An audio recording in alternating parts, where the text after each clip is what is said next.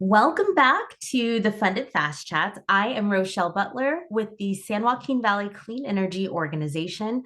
We appreciate you joining us again for the Funded Fast Chats, where we take complex funding and financing concepts, we distill them down into bite-sized, actionable bits to help you get your energy projects done. So, on behalf of the SJV CEO, and the Funded Fast Chats team, I just want to wish you a very happy new year. We are very excited to be back, and we're looking forward to another successful year in 2024. So, we're going to do something a little bit different this year organizationally, as well as with the Funded Fast Chat. So we're going to focus on the overall theme of IDSM, which stands for Integrated Demand Side Management. We're going to focus on that theme for much of the year, and then we'll be covering topics that kind of tie back to that theme. So if you live in the EE world like we do, chances are you already know what IDSM stands for or what it means. It's not a new topic by any means. So you might be asking, why are we talking about this now?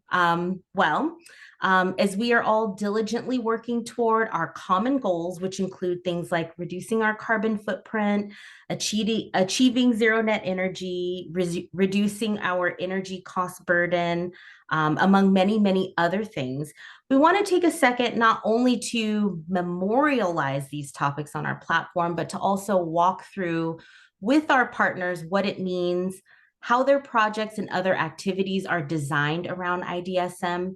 And above all else, we want to explore the opportunities that are available to our partners to continue on this journey. So, to help me with this conversation, I have invited one of our partners who works very closely in the implementation of programs that support IDSM, Lou Jacobson. Welcome to the Funded Fast Chats, Lou.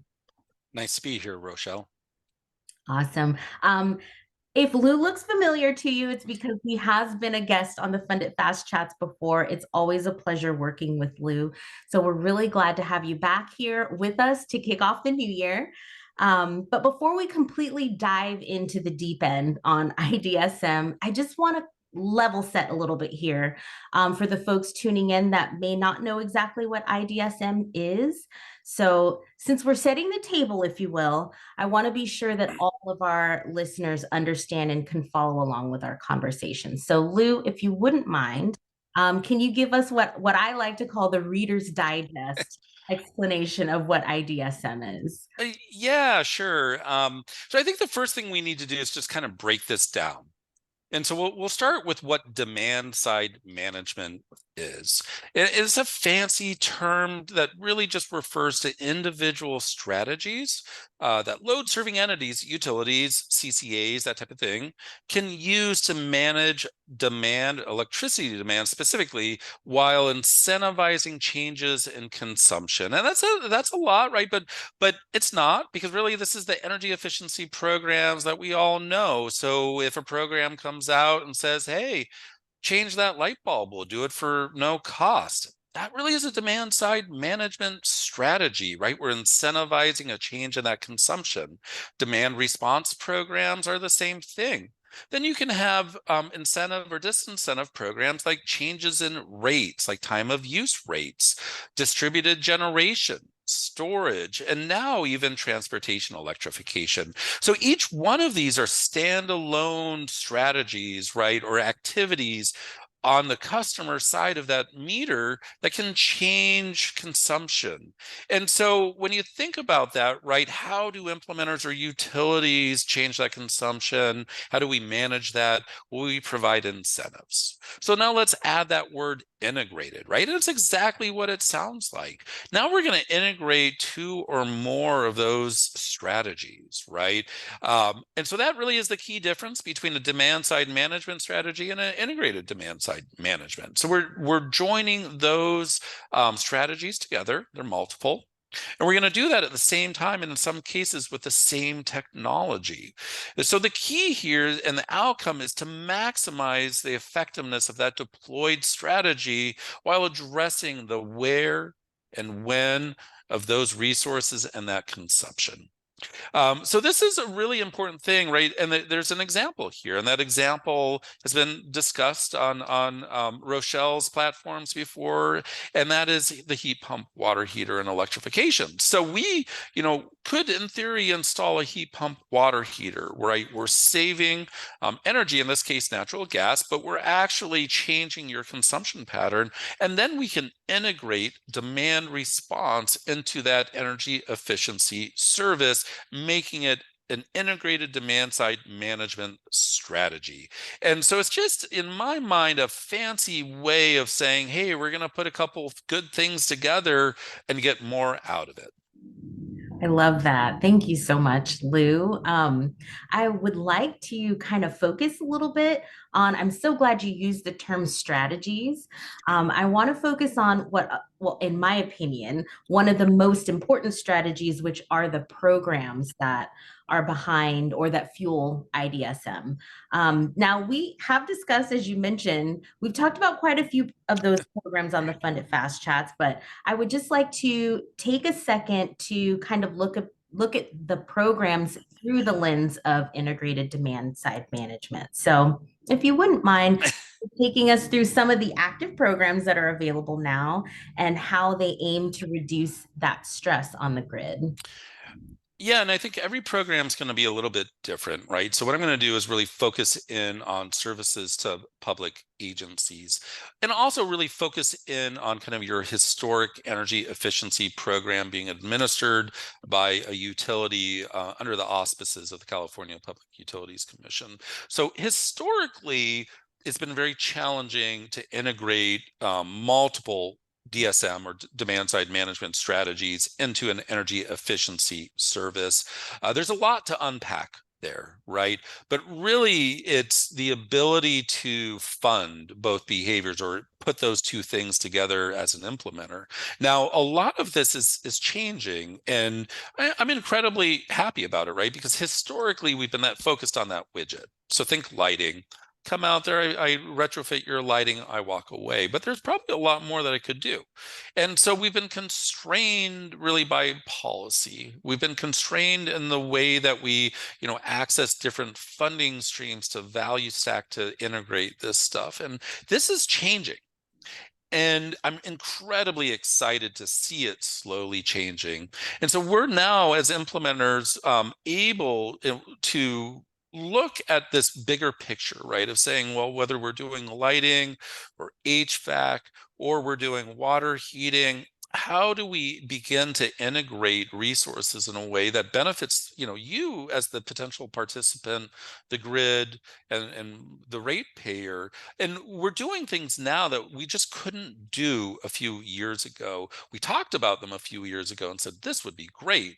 Now we're able to actually execute. So as an example, PG&E has invested in an integrated demand side management pilot that supports implementers like me, the programs we run, in learning more about how we actually put these things together.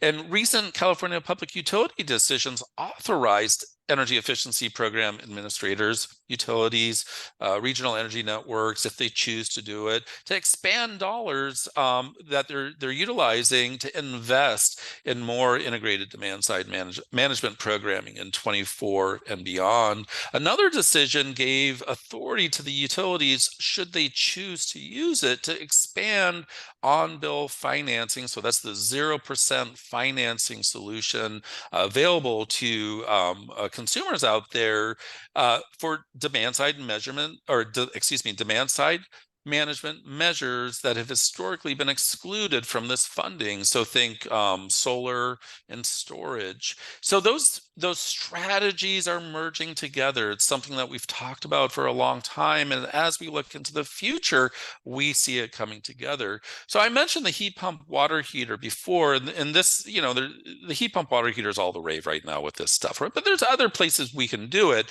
But I'm going to use the heat pump water heater as an example, and particularly with our government and public sector program, where we're now able to value stack our incentives through the utilities, the tech self-generation incentive program, heat pump water heater program, demand response dollars, sync it up with time of use rate setting to really maximize that benefit. So we're just installing one technology, but we're able to really integrate it as a storage solution and then access so much more capital to make it happen for people. I'm also super excited that we're able to launch a solar plus storage service integrated with electrification and sync those together so that we can deliver more benefit, right? So even though we have a lot to do in this space and a lot of growth will hopefully emerge in the coming years, it is occurring, and it is empowering and affording implementers the ability to maximize the benefit that we're delivering to the potential participant, again, the grid and the ratepayer.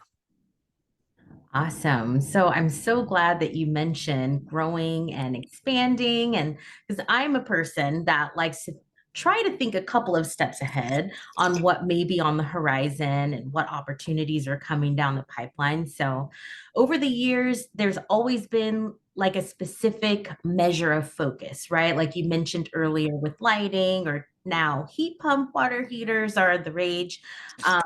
I feel like we did lighting forever. Yeah. And we've done insulation and we've done HVAC and all these really cool things. So what I would like to ask, if you don't mind, Lou, kind of taking out your crystal ball for a second, maybe would you be able to kind of give us some insight on what you think might be the next big thing in terms of technology, or how can we put ourselves in a position to, I guess, prepare ourselves for these opportunities?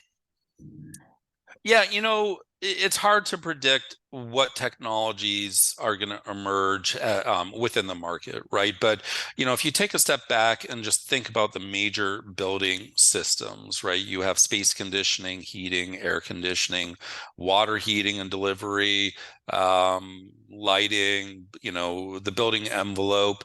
Where is their space, right? So, LED lighting has transformed the lighting space. HVAC is emerging, right, but is very costly and complex. So when you think about it within building systems, the heat pump water heaters seems like this wonderful measure. So asking what's next, I'm hopeful HVAC, but I think I'm also realistic in how it does result in pretty significant co-pays. They're complex projects at scale. So when you think about the measure of focus, right, the lighting, the faucet aerator, pipe insulation, refrigeration, that type of thing, I don't know if we're going to have a single measure of focus moving into the future.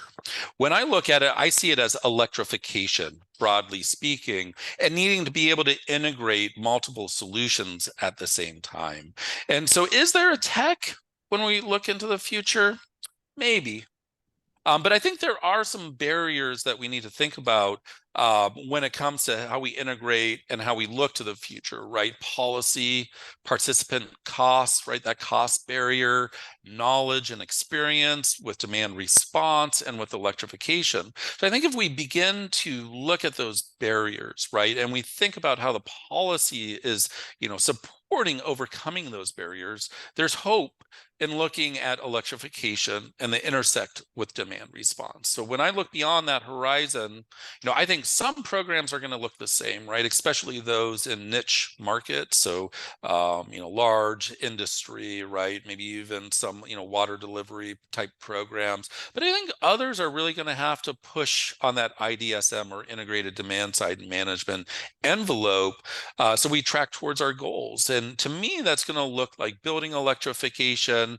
It's going to have solar and storage. It's going to incorporate transportation electrification. We're going to have effective financing, and we're going to have to put all of that together because I think our low-hanging fruit as implementers is fading, and we're going to have to be really innovative and strategic in how we look at bringing these different resources together to be able to continue to track towards the goals I think we all want to strive for.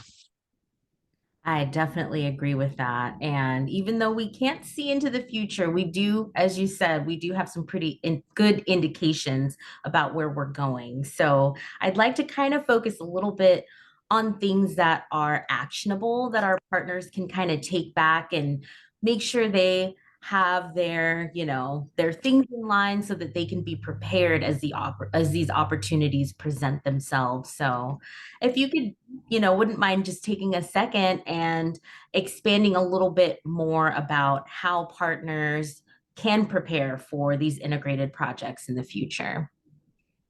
Yeah, I think there's a number of actions. Every set of actions is going to change a little bit based off of your individual, location and the community that you're working within. But at that high level, right, when you're looking internally and moving the stuff forward within your organization, the first thing I would do is start learning permitting. What is your agency's permitting requirements? Are there interventions that you can, do for your community, but also for your internal organization to help support the new technology, electrification, the integration of this stuff, right? Because permitting in of itself is incredibly important, but it can also delay or impede getting projects moving forward or add substantial costs. So we support permitting. We think it's absolutely necessary, and we also would really encourage vested stakeholders to start learning, what that means for your organization and how we can look at permitting as critical and necessary, but also streamlining it to ensure that, critical work can move forward timely, and of course in a way that's going to maintain public safety, fire life safety, and seismic safety, among many other priorities. Procurement is another significant item. So within the public agencies that we serve, right, procurement is always a conversation. How do we move the project forward while ensuring that we're meeting our obligations for a competitive environment or public contract code, ed code, everything else? So better understanding your procurement environment, public contract code, your organization or agency's standards is really critical, because that's going to allow you to advocate and advance projects that fit within your agency's procurement standards. And it's going to really grease the wheels for implementers like me coming in. And so I'll be able to talk and say, okay, what's our procurement strategy? How do we move forward? How do we engage to help you get this done? And of course, permitting and procurement doesn't really mean a whole lot unless you have the funding. And so, programs like ours, we have really robust incentives, but sometimes, especially for the bigger projects and the integrated projects, it doesn't get you all the way there. So if your organization has a capital improvement plan process or long-term, facilities management plan processes, incorporating these ideas and beginning that stakeholder engagement process to look at your funding. How do you get it? Is it a tax revenue anticipation note? Is it a parcel tax? Is it financing, public financing, private financing? These are all important conversations to have early and often, so that you know what options are out there, so that as you pursue these projects in the years to come, you have a good sense of what your agency is willing to do and how you might be able to build that capital to take action when you're ready. And then lastly, I say this all the time, right? We would strongly recommend, if possible, engaging with the regulatory agencies. So this would be the California Public Utilities Commission, California Energy Commission, Department of Water Resources, on and on and on, to encourage them to promote value stacking of different funding streams and continue to better meet the community's needs. And they really don't know what that looks like or how to achieve that without active participation. And so if you can, and if that's possible, I really recommend active participation with these agencies. So if they do request for information, or if you want to become a party to a proceeding or e-file with the Energy Commission, it actually is really important, because that's your way of being able to communicate. Well, one way of being able to communicate what you need as a community to be able to continue to advance towards these ultimate goals that I think the state and many communities are striving for. That's wonderful. Thank you so much for that, Lou. I think that all of those things that you mentioned are critical for our partners to sort of set themselves up for success, if you will, right? And one of the things that I would just like to kind of, well, I know I've said it before in the past, but time is always of the essence. And so, opportunities and programs and the one constant thing about opportunities and programs has been that they've always changed and they've always evolved. So, getting active in, the procurement and, lining up funding and streamlining permitting will put you in a position where you can take advantage of those opportunities early on when they're available and they're abundant, because a lot of times they don't stick around all the time. So I also just want to add that the SJV CEO, we work really hard to tailor our services to help our partners do this, and to be able to work really well with third parties like Lou and his team over at Wildan, by gathering permitting information or implementing our infrastructure inventory to perform hybrid audits, and even our digital platforms like the Funded Fast Chats, right, to make sure that you have the information that you need, when and how you need it to get your projects done. So speaking of information, I would just like to kind of close us out by pointing to some of our resources on this related topic.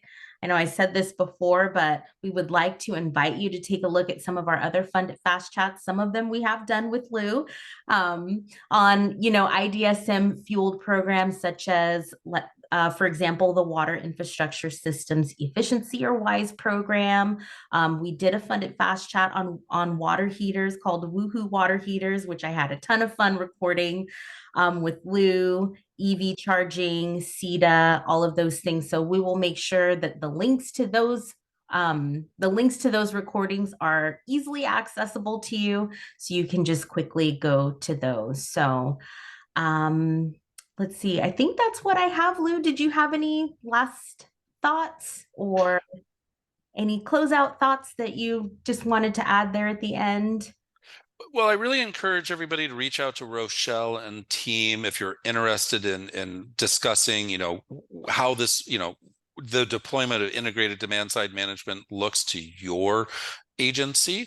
And of course, I'll be right here to help. So should you need any assistance or you want to talk through how you might be able to plan for projects, not only, this year, but next year and years to come in your capital improvement plan, just reach out to Rochelle and we'll be more than happy to help you. Awesome. Well, I would like to thank you again, Lou, for being with us. It's always a pleasure working with you.